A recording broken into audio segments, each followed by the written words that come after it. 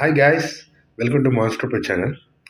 నేను ఈరోజు మాట్లాడుకున్న టాపిక్ ఏంటంటే, ఈ వారం సింగిల్ ఎలిమినేషనా, డెలి double ఎలిమినేషనా?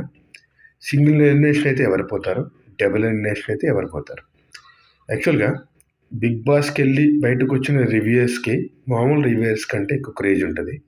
Like Adi Reddy and Geetu Royal. ఎందుకంటే అందరూ సాధారణంగా అనుకుంటారు వాళ్ళకి కొంచెం కాంటాక్ట్స్ ఉంటాయి, సో వాళ్ళకి కొంచెం ముందే లీక్స్ వస్తాయని. ఈ ఆదిరెడ్డి అండ్ గీతు రాయల్ ముందు స్టార్ట్ చేసింది ఏంటంటే, సింగిల్ ఎలిమినేషన్ ఉంటే సుమన్ పోతాడు, డబుల్ ఎలిమినేషన్ ఉంటే మాత్రమే రీతు పోతుంది అని వాళ్ళే చెప్పారు. ఏదో పెద్ద లీక్స్ ఉన్నట్టు, ఏదో పెద్ద కాంటాక్ట్స్ ఉన్నట్టు. బట్ ఇక్కడ జరిగేది వేరేగా ఉంది. కొత్తగా వచ్చిన స్పెక్యులేషన్స్ ప్రకారం సింగిల్ ఎలిమినేషన్సే ఉంది, రీతు పోయింది. ఆల్మోస్ట్ కన్ఫర్మ్డ్ అనుకోండి, Rithu is eliminated now with a single elimination. So వాళ్ళ ఉద్దేశం ప్రకారం సుమన్ శెట్టికి తక్కువ ఓటింగ్ ఉంటాయి, రీతుకి ఎక్కువ ఓటింగ్ ఉంటుంది. సో సుమన్ వెళ్ళిపోతాడు. డబుల్ ఎలిమినేషన్ అయితేనే రీతు రిస్క్ ఉంది అని.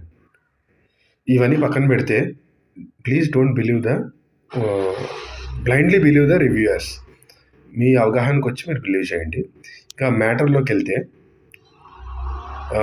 రీతు ఈజ్ ఏ ఇండిపెండెంట్ ప్లేయర్గా utter flop, as a group ప్లేయర్గా కూడా utter flop, as a bonding ప్లేయర్గా షీఈస్ గుడ్.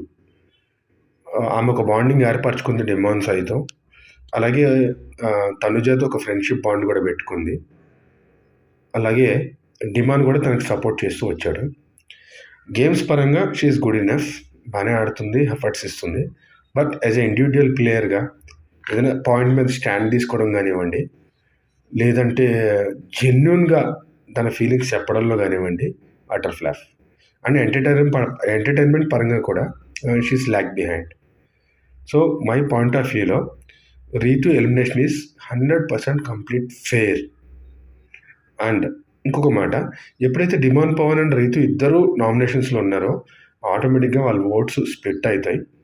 ఆ ఓట్స్ స్ప్లిట్ అవ్వడం వల్ల రీతు సుమన్ శెట్టి కన్నా తక్కువ ఓటింగ్స్ పడ్డాయి.